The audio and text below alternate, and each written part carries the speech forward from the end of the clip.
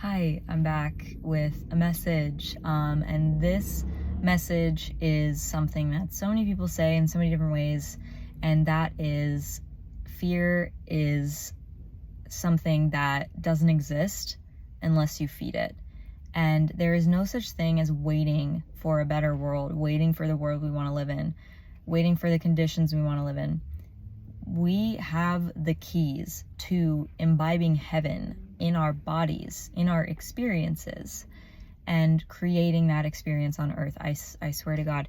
And I had a profound, again, I know people preach this all the time, but I had a profound experience just an hour ago that anchored this in for me very, very obviously.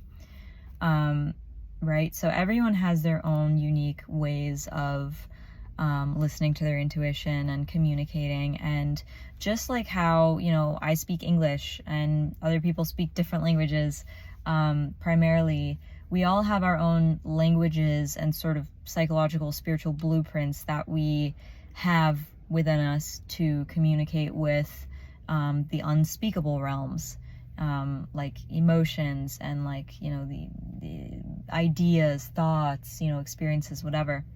So, so what happened was I was walking through a park, and this is one of my favorite parks, and it's a paved road lined with trees, and I'm in Florida, so everything is tropical and lush and dense. And I noticed that there were two instances where this happened in a row. The first one, I forget exactly what it was. I think some judgmental thought passed through my mind, and I can't remember what it was. Maybe I judged somebody. What was it? I forget what it was. It was some thought that was unpleasant or scary, or just created this experience of fear or insecurity or aversion, or just some thought like that. And then immediately after, do you ever have an experience where you see shadows out the corner of your eye, or you see things flashing in your peripheral vision? Well, that happened immediately after I had that thought, and one of the little shrubs on the side of the path jumped out at me, and the energy of what I saw was surprising, and it was like a dark, eerie, creepy, surprising, stalky, unpleasant, uncomfortable energy. And I'm really breaking it down, but it happened in an instant. I had this thought and this feeling, and then instantly out the corner of my eye, something jumps out at me and I'm surprised. And it's as simple as that. So I continue walking around the path. It's a 2-mile loop. I walked maybe half a mile, and I walked another half a mile. I was on the other side of the loop. And then I had a thought. What was my thought this time? Okay, so this is what happened. One of the things that I do, it's very personal, and it's like a shamanic kind of spiritual practice that I do when I'm alone in public, because I feel self-conscious doing it in front of people. I spit in nature, and I do that as a form of exchanging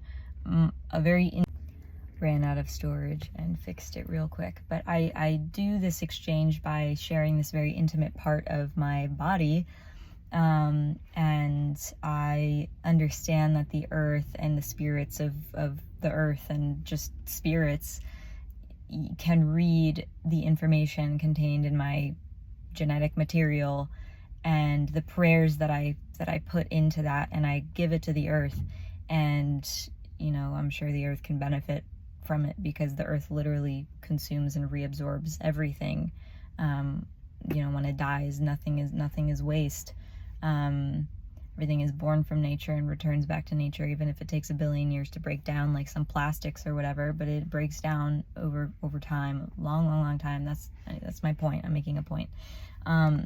So yeah, I did that. And before I did that, I felt this self-conscious spirit.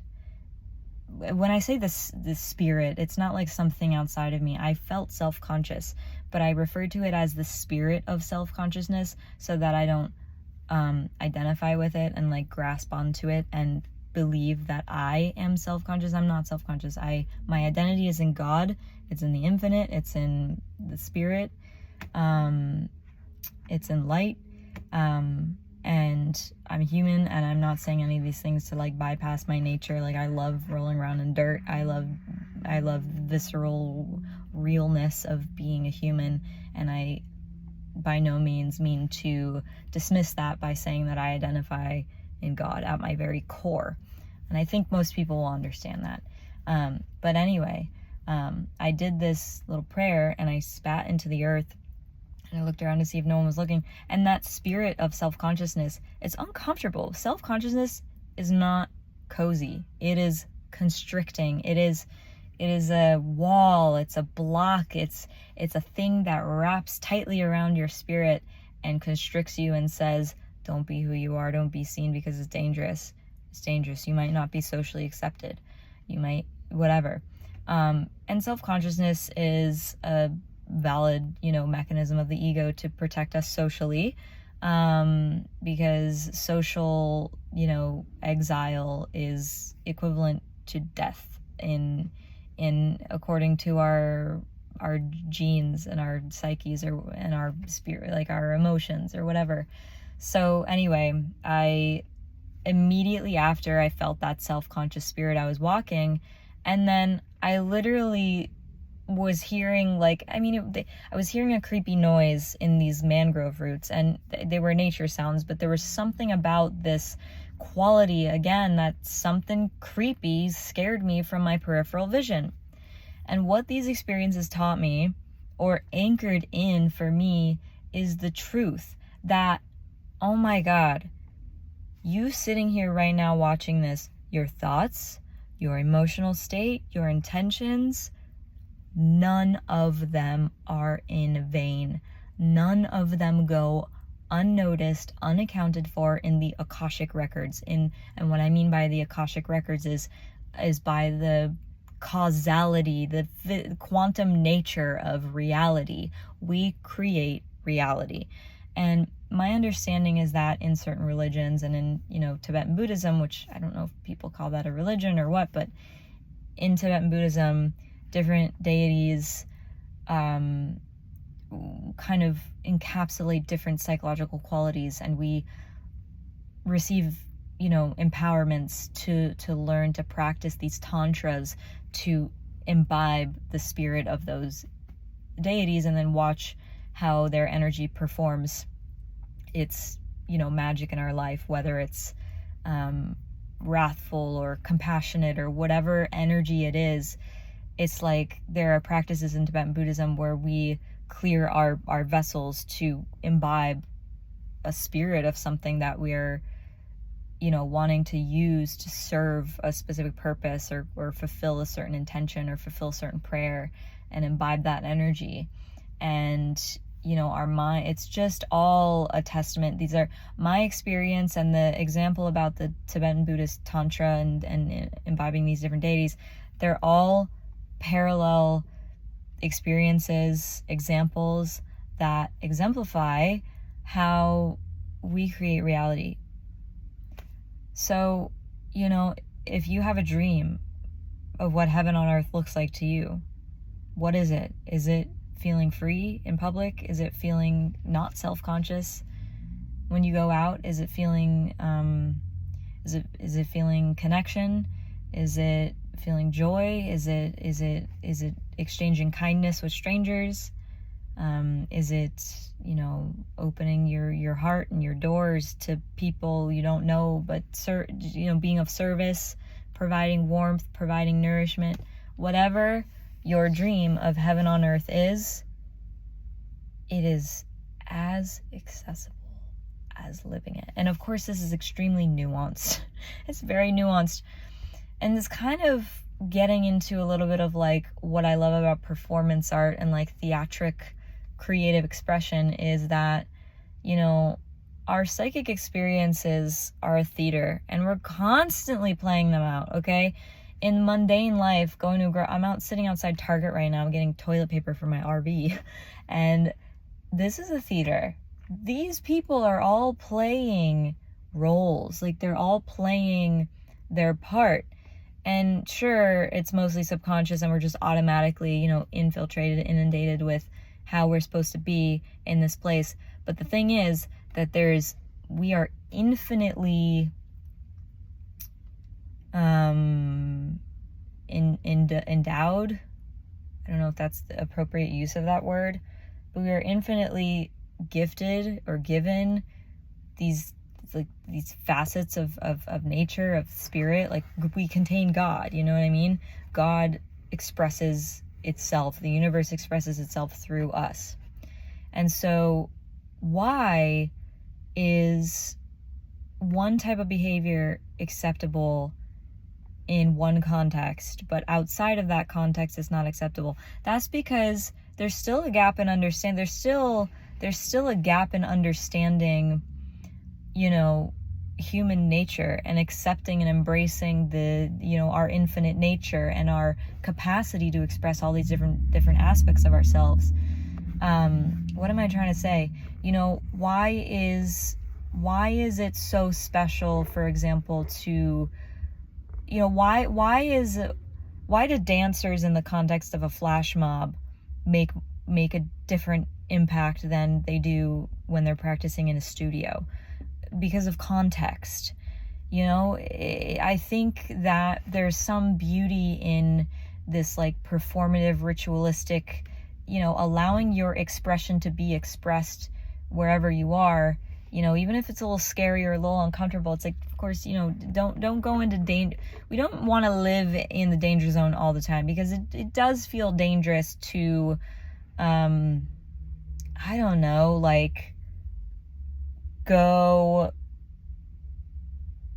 hug random people in a grocery store, or go pull out a couch in the grocery store and put your feet up and get a blanket and start reading a book.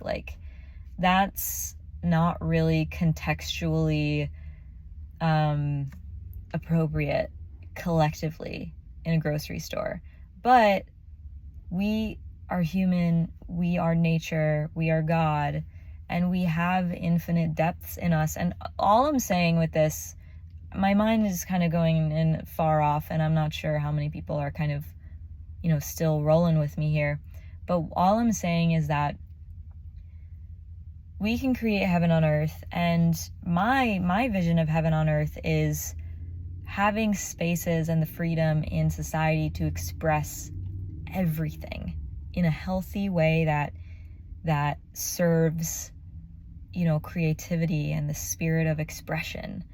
I'm all about self-expression. It's probably one of my, most important values. One of them. I have a few. But yeah, self-expression is so important to me. And acknowledging the depths and the intricacies and the how ornately woven the tapestry of our souls are. And there's only so much that's socially acceptable in certain places, of ourselves to be seen, to be acknowledged, or whatever. So I'm here to say that, even if outside of us we don't see the world that we want, we have a dream, we have a vision. My vision is this freedom of self-expression. I have, oh my God, I have so much inside of me that I am constantly, my inner world is fiery and rich, and it's full of rainbows and magic and color and everything that doesn't fit. It doesn't fit in a grocery store. It doesn't fit, in a classroom setting. I haven't taken a class in a classroom setting in a school in years.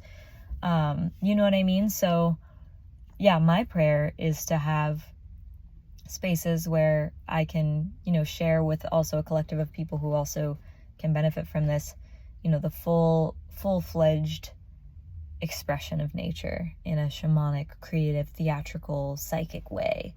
That's my dream. And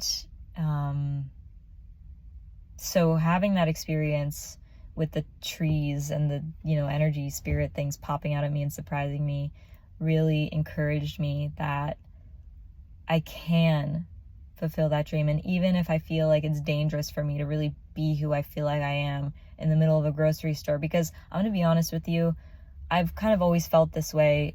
I feel so masked when I'm in the world, like, and what I mean by in the world is when I, navigating an urban sprawl, urban, suburban environment, I feel constricted. There's so much inside of me that just is not allowed to exist in a grocery store, in a department store, in like public. And those are parts of me that are really strange and weird and bizarre and make no sense.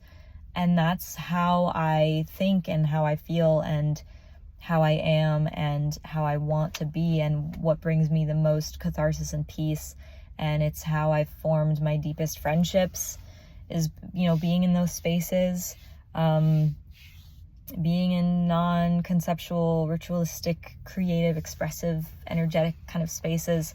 And I flux in and out. I'm traveling right now. There's so many things changing outside of me in my life. So I flux in and out of like, having the space to, or having communities where I feel like I have, permission and space and it's the feeling of safety and welcoming to like embrace those parts. And then there are times when I'm, I don't really have that as much. And I think now is one of those times, because I don't resonate with living here, but I'm here for, temporary reasons. And I'm like dropping my cat off before I go overseas. And, so this is just a transition for me. That's all I'm saying. But anyway, I hope this was encouraging. Be encouraged that nothing you think or pray or feel is in vain. You have so much power. And even if you are far away, like physically, circumstantially from your dreams, getting closer to them is literally only a matter of praying and acting on it. Take little steps one at a time that bring you closer towards, living that dream. And it's funny because I don't make videos like this when I am living my dreams. I make videos like this when I need to remind myself out loud that I'm far away from it, but this is my truth. This is what my soul needs to remember. So I'm sharing this message. I hope it can help you, and I'm sending love.